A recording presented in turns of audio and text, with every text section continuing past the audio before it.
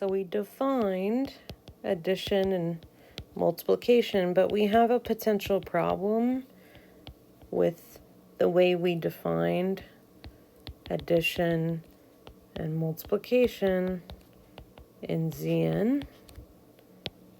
And so what is that problem? So it stems from this fact. Every element of Zn can be written in really infinite different ways.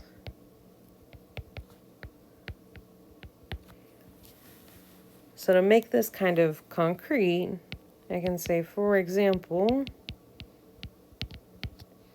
let's look in Z5. The equivalence class of 3, it's the same thing as the equivalence class of 13. And the equivalence class of 4 is also the same thing as the equivalence class of 9. And so what I can do is I can start by adding 3 and 4 together, the equivalence class of 3 plus the equivalence class of 4. You get the equivalence class of 7.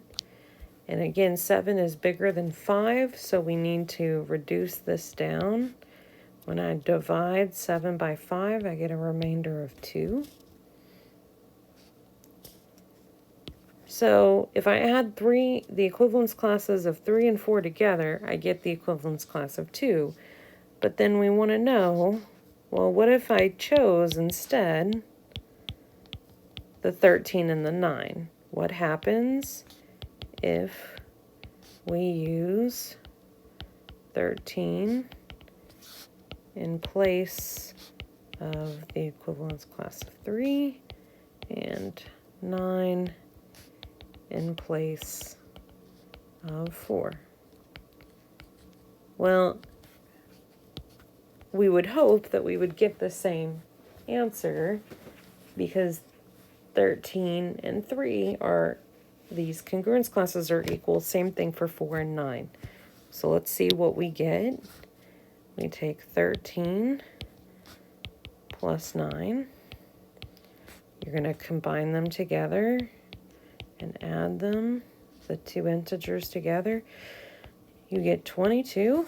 And now when I divide 22, we're working in Z5, so when I divide by 5, I get a remainder of 2.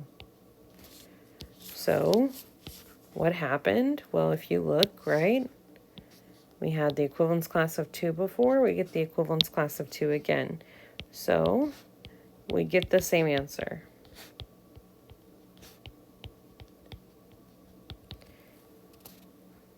Which is great. And so then you might want to know, does this always happen? So, question, will it always be the same no matter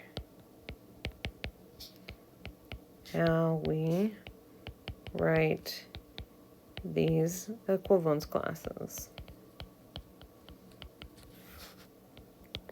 So at this point, if you want to look at some more examples, you could do that. But I'll go ahead and tell you that the answer is yes. It will always be the same. So this potential problem we had for addition isn't actually a problem, because even if I represent things in different ways, I'm still going to get the same sum. And so then you might ask, well, what about multiplication?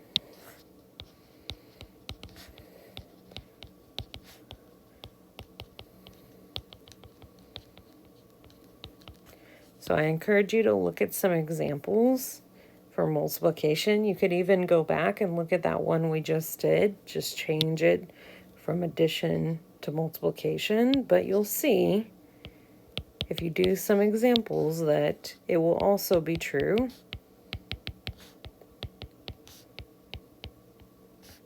For multiplication.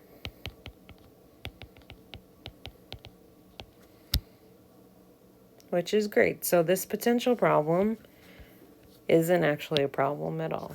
So I'll end by saying we don't have a problem with multiplication / addition here.